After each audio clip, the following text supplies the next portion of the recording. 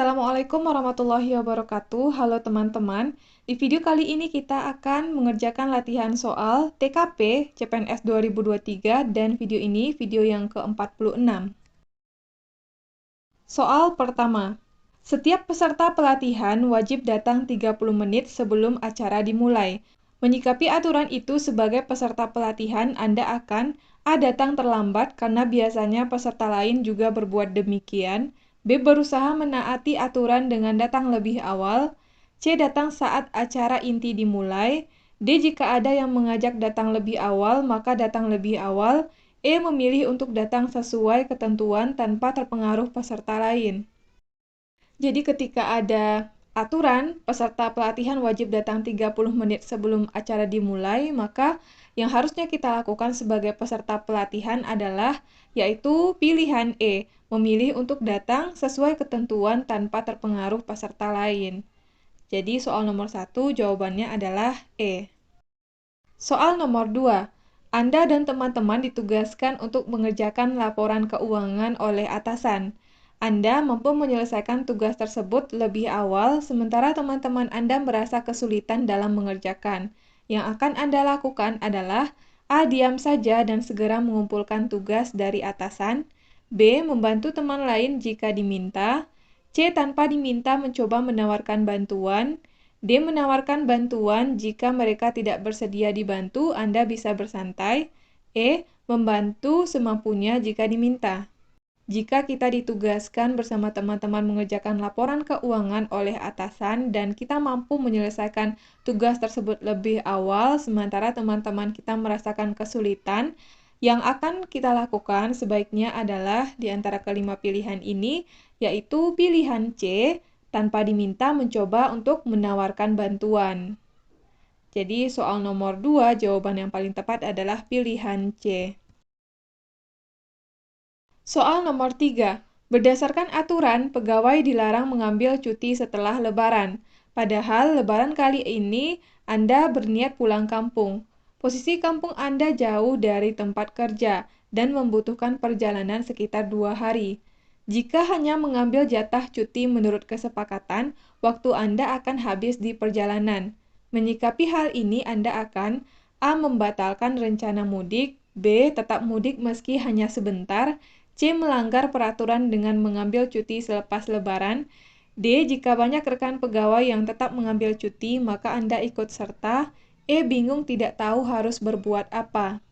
Jika ada aturan pegawai dilarang mengambil cuti setelah Lebaran, dan pada saat itu kita berniat untuk pulang, dan posisi kampung kita jauh dari tempat kerja, jika mengambil jatah cuti menurut kesepakatan, yaitu 2 hari, maka waktu kita akan habis di perjalanan.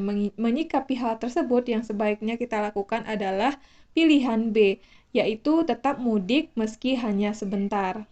Soal nomor 3, jawabannya adalah pilihan B. Soal nomor 4. Atasan Anda di kantor berjanji akan memberi bonus kepada pegawai yang berhasil menyelesaikan laporan sebelum masa tenggat waktu tertentu. Menyikapi penawaran dari atasan itu, Anda akan A. Bersemangat dalam mengerjakan laporan agar mendapat bonus. B. Biasa saja karena pasti tidak akan mendapat bonus. C. Menyelesaikan laporan secepat mungkin dengan meminta bantuan teman. D. Menyelesaikan laporan secepat mungkin meski tidak optimal. E. Bekerja asal-asalan karena tidak tertarik dengan bonus. Ketika atasan berjanji akan memberikan bonus kepada pegawai yang berhasil menyelesaikan laporan sebelum waktu yang ditentukan, maka menyikapi penawaran tersebut, sikap kita sebaiknya adalah pilihan A, yaitu bersemangat dalam mengerjakan laporan agar mendapatkan bonus. Jadi soal nomor 4 jawabannya adalah pilihan A. Soal nomor 5. Terhadap teman yang seringkali datang terlambat, sikap Anda A. Marah-marah karena tidak disiplin, B. Menegur dengan halus, C. Mengancam akan melapor pada atasan, D. Diam saja karena merasa bukan urusan Anda, E. Melapor pada atasan atas ketidakdisiplinannya. Soal nomor 5, di sini kasusnya adalah teman kita sering datang terlambat. Jadi, sikap kita yang sebaiknya di antara kelima pilihan ini adalah pilihan C, yaitu mengancam akan melapor pada atasan. Karena jika kita menegur dengan halus, sepertinya itu tidak akan memberikan dampak karena di sini pernyataannya adalah dia sering datang terlambat. Maka langkah selanjutnya yang bisa kita lakukan adalah mengancam akan melaporkan pada atasan.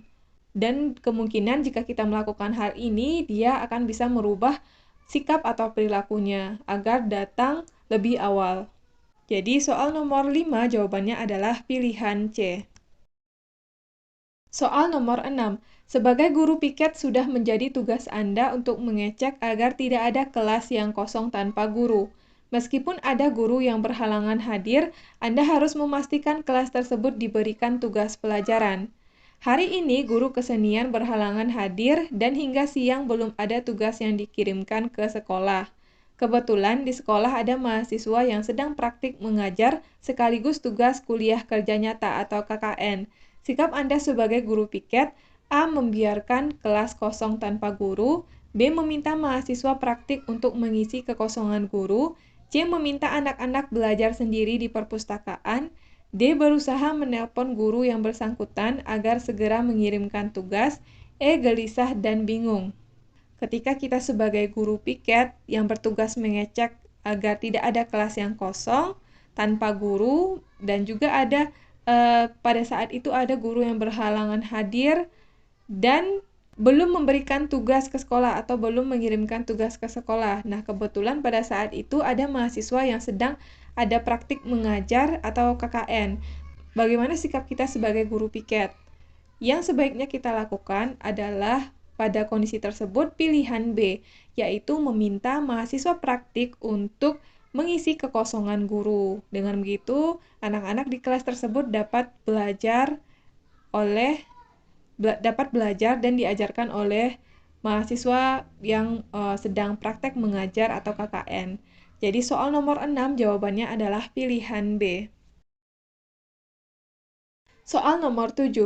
Pak Andri mendapatkan tugas dari kantornya untuk mengikuti pelatihan di luar kota selama 3 hari. Di luar dugaan, pelatihan tersebut selesai lebih cepat dari jadwal yang ditentukan, yaitu selama 2 hari.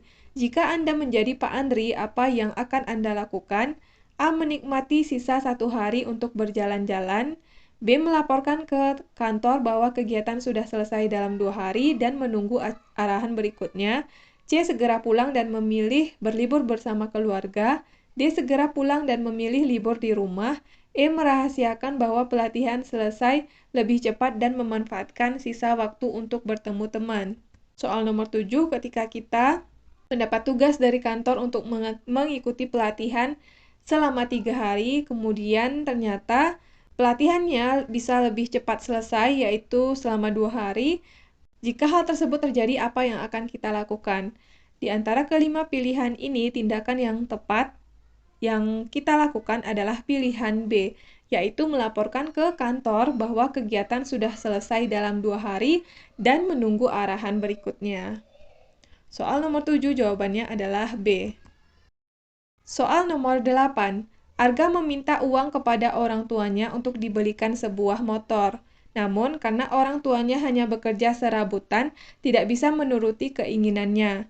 Karena menerima penolakan, akhirnya Arga pun kesal dan marah. Bersama teman-temannya pergi ke orkes musik dan mabuk. Saat melewati desa tetangga, Arga melihat sebuah motor. Awalnya Arga tidak ingin mencuri. Karena keinginan hatinya berubah, dia ingin mencuri motor tersebut. Salah seorang warga melihat hal tersebut lalu meneriakinya maling dan melaporkan Arga ke pihak yang berwajib. Sikap warga menunjukkan A. Integritas, B. Profesionalisme, C. Solidaritas, D. Tenggang rasa, E. Rela berkorban. Yang ditanyakan adalah bagaimana sikap warga ketika melihat Arga mencuri motor dan pada saat itu warga meneriakinya maling dan melaporkan kepada pihak yang berwajib. Nah, yang ditanyakan adalah bagaimana sikap warga tersebut. Di antara kelima pilihan ini, sikap yang ditunjukkan oleh warga adalah menunjukkan adanya profesionalisme, yaitu dia bertindak sesuai dengan apa yang terjadi, yaitu melaporkan ke pihak yang berwajib. Karena itulah yang seharusnya dilakukan. Jadi, soal nomor 8 terkait dengan hal ini menunjukkan sikap profesionalisme sebagai warga negara. Soal nomor 8 jawabannya adalah pilihan B. Soal nomor 9. Eci adalah penjaga toko cenderamata yang sedang bertugas melayani pembeli.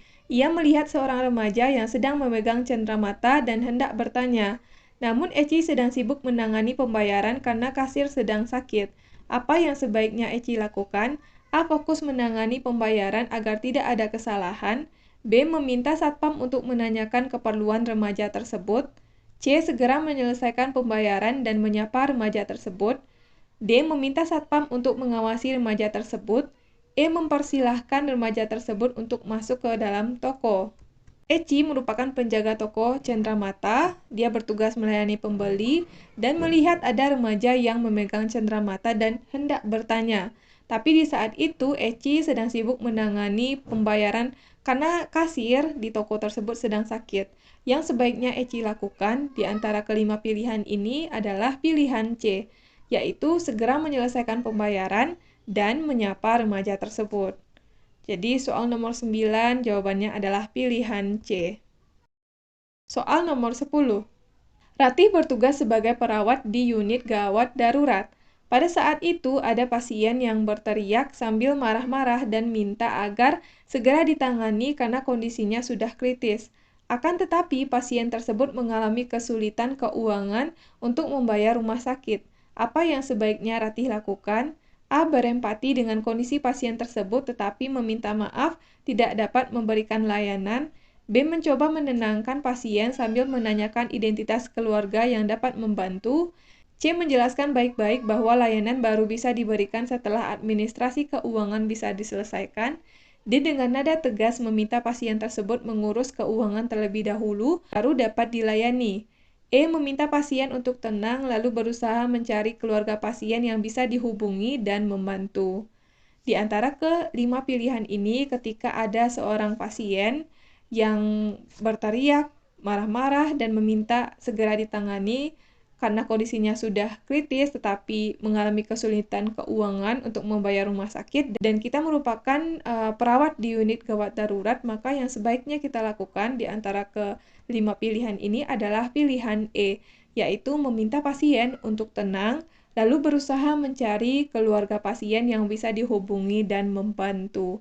Jadi soal nomor 10 jawabannya adalah pilihan E. Oke, sekian video kali ini. Kita udah selesai bahas 10 soal.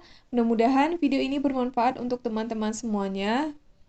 Terima kasih udah nonton sampai selesai dan sampai ketemu lagi di video selanjutnya.